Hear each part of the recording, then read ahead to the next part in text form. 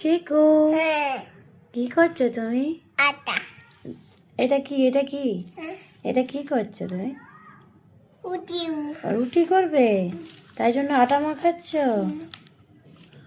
আচ্ছা, তো কে কে খাবে? তুমি যে রুটি করবে, কে খাবে বলো?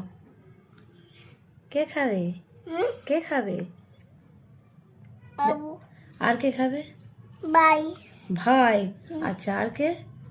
পাপা। পাপা। আর দাদা। দাদা। আর ও কোন। অঙ্কন। আচ্ছা, তুমি আমার দিকে তাকাও একটু। আর কে খাবে? কত কাজ করো তুমি, তাই না? হ্যাঁ, তোমাকে পড়তে ভালো লাগে না বলো? হ্যাঁ, তুমি রুটি করবে তাই তো? আচ্ছা, পড়াশোনা করবে না? আচ্ছা, ঠিক আছে।